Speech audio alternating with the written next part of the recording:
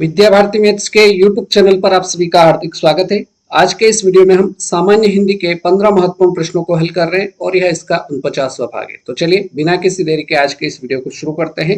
Video महत्वपूर्ण है क्योंकि यह वीडियो कक्षा 6 से लेकर कक्षा 12 तक के सभी विद्यार्थियों के लिए महत्वपूर्ण है और यदि आपने इसके बाकी पार्ट नहीं देखे हैं तो प्ले लिस्ट में जाकर या फिर वीडियो के डिस्क्रिप्शन में प्ले लिस्ट की लिंक है, वहां जाकर इसके बाकी पार्ट देखकर हिंदी व्याकरण में पूरे में से पूरे नंबर आपकी तैयारी कर सकते हैं। क्वेश्चन नंबर 1 की ओर बढ़ते हैं। प्रश्न संख्या 1 में दे रखा है प्रतिकूल शब्द में कौन सा उपसर्ग है। हमें शब्द दे रखा है प्रतिकूल और उस शब्द में क्या उपसर्ग होगा और आप सभी को पता है कि उपसर्ग जो लगता है वो शब्द के आगे लगता है। तो इस प्रतिकूल शब्द में कौन सा उपसर्ग है, प्रति है, परा है, प्रत है या प्र है। तो हमें जो शब्द दे रखा है वो है प्रतिकूल और इसमें पूछा है उपसर्ग, तो प्रतिकूल शब्द में प्रति उपसर्ग हो जाएगा, इसलिए इस प्रश्न का सही उत्तर जो होगा वो ऑप्शन नंबर ए हो जाएगा। राइट। अगर आपसे पूछा जाए कि प्रत्यय जो होते हैं वो कितने प्रकार के होते हैं, यदि प्रश्न आपसे पूछ लिया जाए कि प्रत्यय कितने प्रकार होते हैं तो प्रत्यय के प्रकार याद रखना है, 2 प्रकार होते हैं। और यदि पूछा जाए उपसर्ग के प्रकार कितने हैं तो उपसर्ग के प्रकार कितने होते हैं, तो उपसर्ग 3 प्रकार के होते हैं। कितने प्रकार के?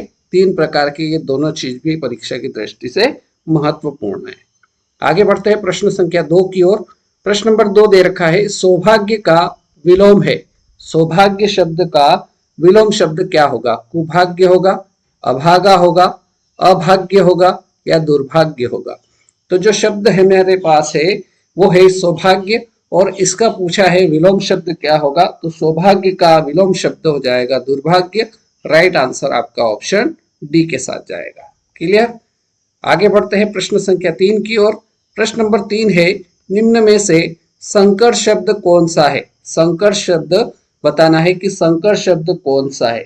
संकर शब्द क्या होता है, तो संकर शब्द दो भाषाओं से मिलकर बना हुआ शब्द जो होता है, 2 भाषाओं से मिलकर बना हुआ शब्द जो होता है वो आपका संकर शब्द कहलाता है। क्लियर। ऑप्शन ए में दे रखा है बहादुर, ऑप्शन बी है सुबह, ऑप्शन सी है रेलगाड़ी, ऑप्शन डी है station.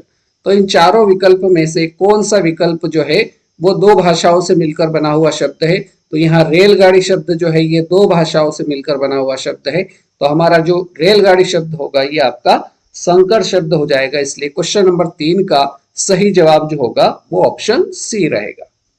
Next question, question number 4। Question number 4 है वह क्या छक्का मारा है। क्या है प्रश्न? वह क्या छक्का मारा है। इसमें अपने को बताना है कि अर्थ के आधार पर वाक्य का भेद है। वह क्या छक्का मारा है, अर्थ के आधार पर वाक्य का भेद क्या होगा? इच्छावाचक, विस्मयादिबोधक, संदेहवाचक या संकेतवाचक। तो ये जो वाक्य हमें दे रखा है वह क्या छक्का मारा है, इस वाक्य का जो भेद होगा ये होगा आपका विस्मयादिबोधक। राइट आंसर आपका ऑप्शन बी रहेगा। क्लियर है। आगे बढ़ते हैं प्रश्न संख्या 5 की ओर। प्रश्न नंबर 5 है भारतीय शब्द में प्रयुक्त प्रत्यय है। भारतीय शब्द में प्रयुक्त प्रत्यय क्या होगा? ई होगा, ई होगा, आ प्रत्यय होगा या ई प्रत्यय होगा। तो जो शब्द हमारे पास है भारतीय, इस शब्द में हमें बताना है कि इसमें प्रत्यय क्या है। तो भारतीय शब्द में जो प्रत्यय रहेगा वो आपका ई प्रत्यय रहेगा। इस प्रश्न का सही आंसर ऑप्शन बी रहेगा। Next question, question number 6। ऐच्छिक शब्द का विलोम शब्द है। ऐच्छिक का विलोम शब्द क्या होगा? अनिवार्य, ऑप्शन बी है आंतरिक, ऑप्शन सी है आविर्भाव, ऑप्शन सी है औचित्य। तो हमारे पास जो शब्द है ऐच्छिक का विलोम शब्द क्या होगा, तो ऐच्छिक का विलोम शब्द हो जाएगा अनिवार्य। प्रश्न नंबर 6 का सही उत्तर जो होगा वो ऑप्शन ए अनिवार्य बिल्कुल सही आंसर रहेगा। आगे बढ़ते हैं प्रश्न संख्या 7 की ओर।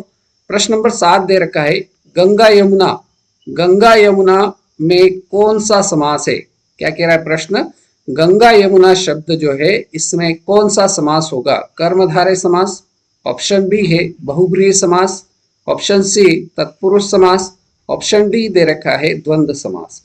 तो जो शब्द हमें दे रखा है गंगा यमुना, तो यहाँ पर गंगा और यमुना दोनों पद प्रधान है, इसलिए इस शब्द में जो समास होगा वो आपका द्वंद्व समास हो जाएगा, क्योंकि द्वंद्व समास में दोनों पद प्रधान होते हैं। इसलिए इस प्रश्न का क्वेश्चन नंबर 7 का सही उत्तर ऑप्शन डी द्वंद्व समास बिल्कुल सही आंसर रहेगा। Next question, question number 8। Question number 8 है ब वर्ण क्या कहलाता है? ब वर्ण क्या कहलाता है? नासिक्य कहलाता है, ओष्ठ कहलाता है, मूर्धन्य कहलाता है या कंठ तालव्य कहलाता है?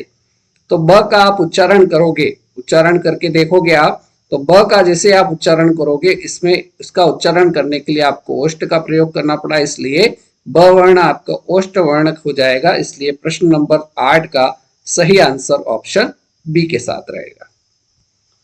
प्रश्न संख्या 9, भूषण का विलोम शब्द है। भूषण शब्द का विलोम शब्द पूछा गया है कि भूषण शब्द का विलोम शब्द क्या होगा? विष्णु होगा, भुष्क होगा, दूषण होगा या भूषा होगा? तो भूषण शब्द का विलोम शब्द हो जाएगा दूषण। राइट आंसर आपका ऑप्शन सी हो जाएगा। क्लियर है? चलिए प्रश्न संख्या 10। प्रश्न नंबर 10 है अनिवार्य शब्द का विलोम शब्द है। अनिवार्य शब्द का विलोम शब्द क्या होगा? अतिवृष्टि होगा, वैकल्पिक होगा, अनुत्कर्ष होगा या असफलता होगा?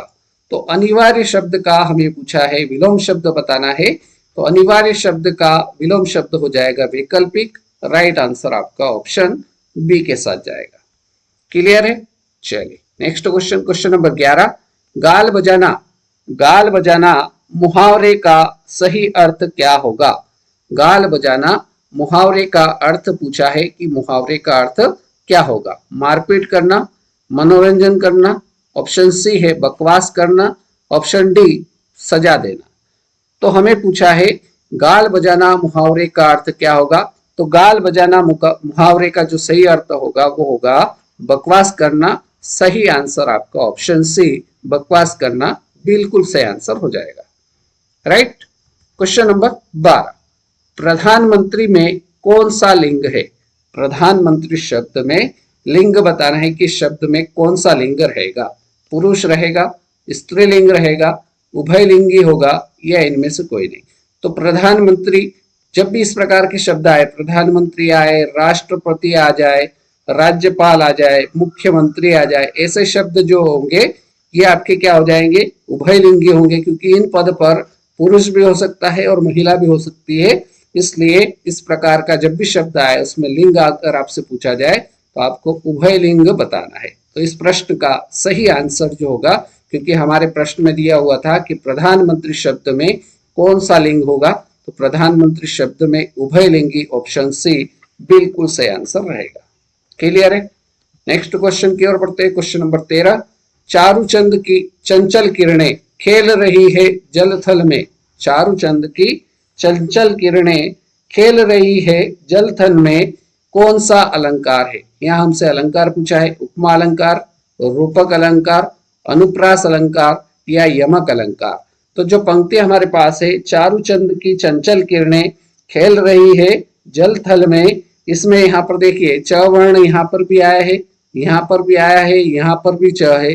तो च वर्ण की बार बार आवृत्ति हो रही है, और जहां किसी वर्ण की बार बार आवृत्ति होती है वहां पर जो अलंकार होता है वो अनुप्रास अलंकार होता है। तो इस प्रश्न का जो सही आंसर होगा वो आपका ऑप्शन सी अनुप्रास अलंकार बिल्कुल सही आंसर हो जाएगा। क्लियर?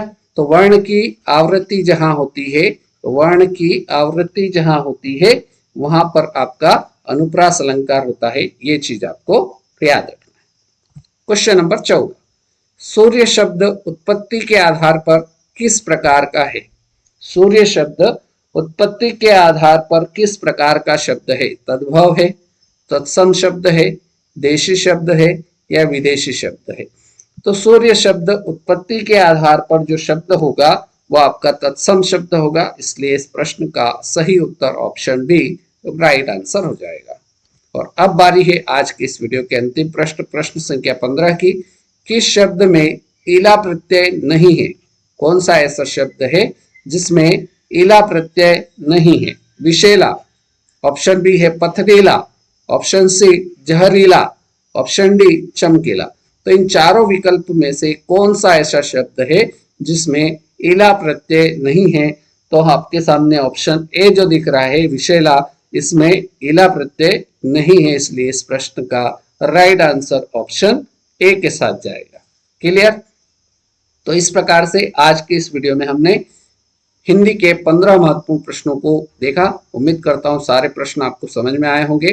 तो आज का अगर वीडियो अच्छा लगा हो तो लाइक करना। अगर आपने इसके बाकी पार्ट नहीं देखे और ये इसका 49वां भाग था, अगर आप इसके बाकी पार्ट देखते हैं तो निश्चित रूप से आप हिंदी की बहुत ही शानदार और जबरदस्त तैयारी कर सकते हैं। तो आज के इस वीडियो में फिलहाल इतना ही।